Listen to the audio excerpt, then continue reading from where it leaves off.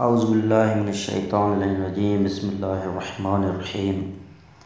الحمدللہ الذی جعل کمال دینہ و تمام نعمتہ بولایت علی بن ابی طالب علیہ السلام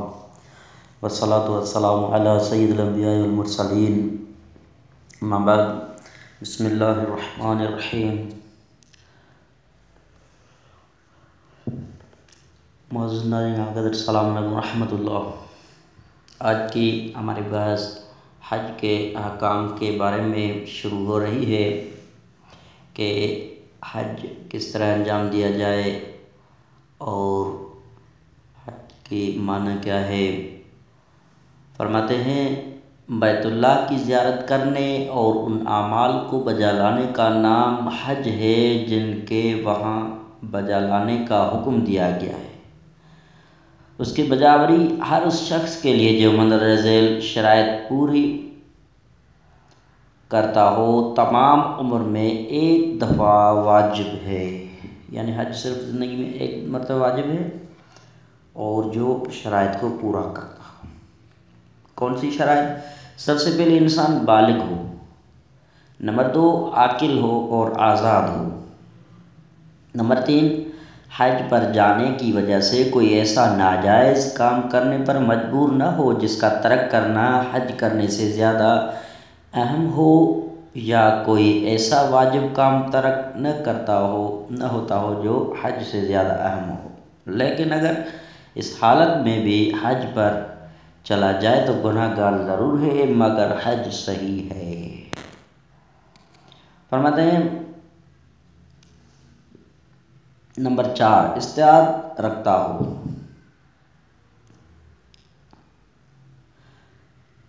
صاحب استعداد ہونا چند چیزوں پر منحصر ہے۔ سب سے پہلے انسان راستے کا خرچ اور اسی طرح اگر ضرورت ہو تو سواری رکھتا ہو یا اتنا مال رکھتا ہو کہ ان چیزوں کو مہیا کر سکے۔ نمبر 2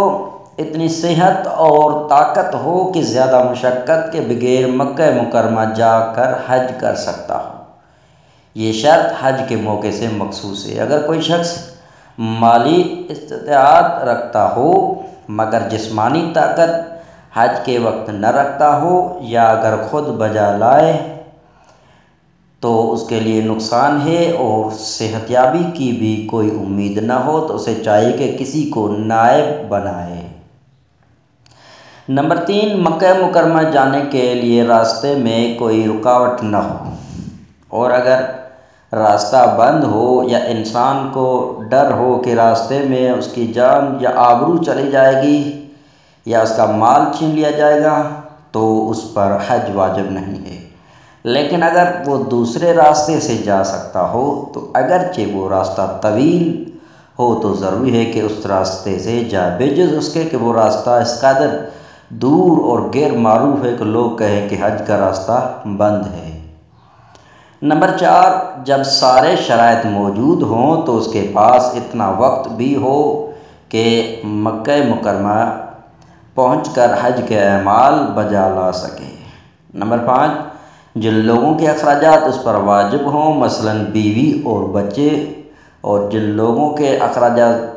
ترک کرنا اس کے لیے گناہ ہو تو ان کے اخراجات اس کے پاس موجود ہو۔ اچھا، نمبر 6 حج سے واپسی کے بعد وہ معاش کے لیے کوئی ہنر یا کھیتی یا جائیداد رکھتا ہو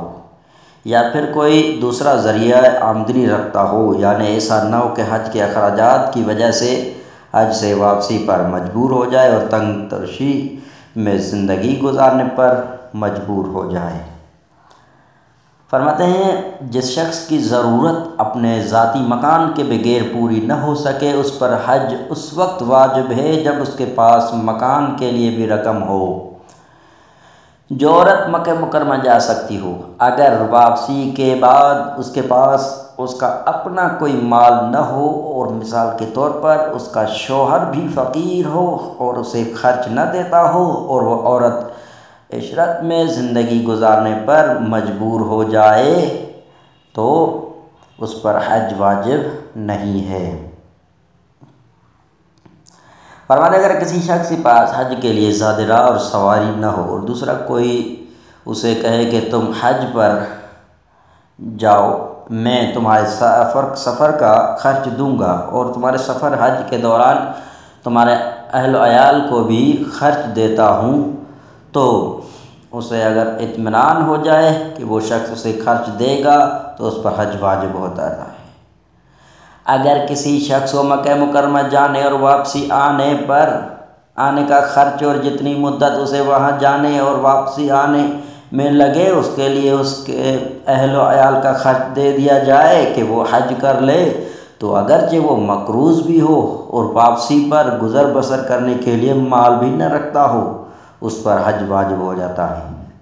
لیکن اگر اس طرح ہو کہ حج کے سفر کا زمانہ اس کے کاروبار اور کام کا زمانہ ہو کہ اگر حج پر چلا جائے تو اپنا قرض مقررہ وقت پر ادا نہ کر سکتا ہو، یا اپنی گزر بسر کے اخراجات سال کے باقی دنوں میں مہیا نہ کر سکتا ہو، تو اس پر حج واجب نہیں ہے۔ فرماتے ہیں اگر کسی کو مکہ مکرمہ تک جانے اور آنے کے اخراجات نیز جتنی مدت وہاں جانے اور آنے میں لگے اس مدت کے لیے اس کے اہل و عیال کے اخراجات دے دیے جائیں اور اس سے کہا جائے کہ حج پر جاؤ، لیکن یہ سب مصارف اس کی ملکیت میں نہ دیے جائیں، تو اس صورت میں جب اطمینان ہو کہ دیے ہوئے اخراجات کا اس سے پھر مطالبہ نہیں کیا جائے گا، اس پر حج واجب ہو جاتا ہے۔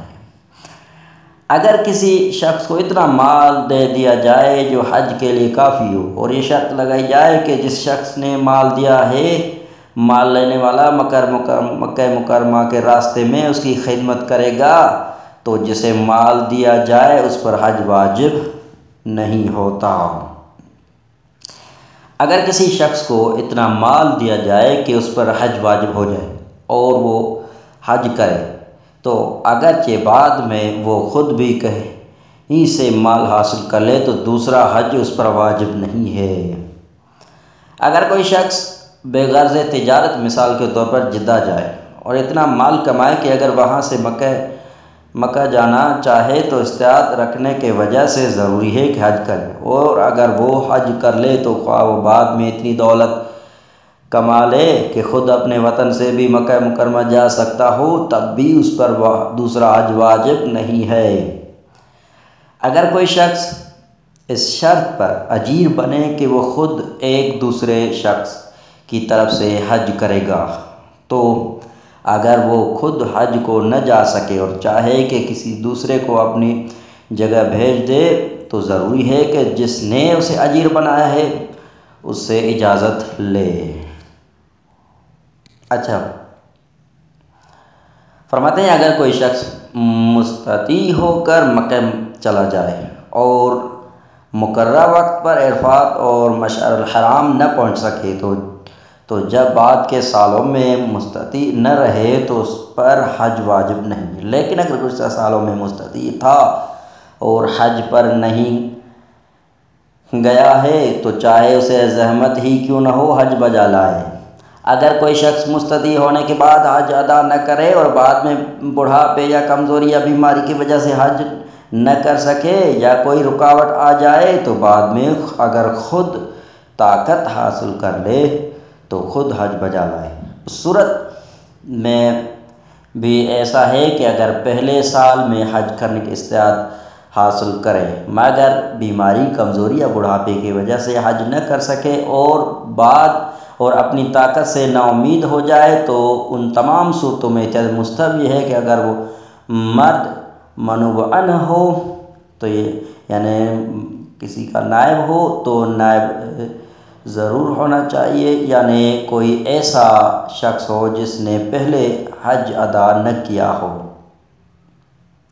جو شخص حج کرنے کے لیے کسی دوسرے کی طرف سے اجیر ہو تو ضروری ہے کہ اس کے طرف سے طواف النساء بھی کرے، اور اگر نہ کرے تو اجیر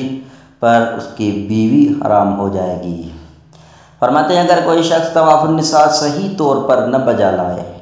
یا اس کو بجا لانے نہ بھول جائے اور چند روز بعد اسے یاد آئے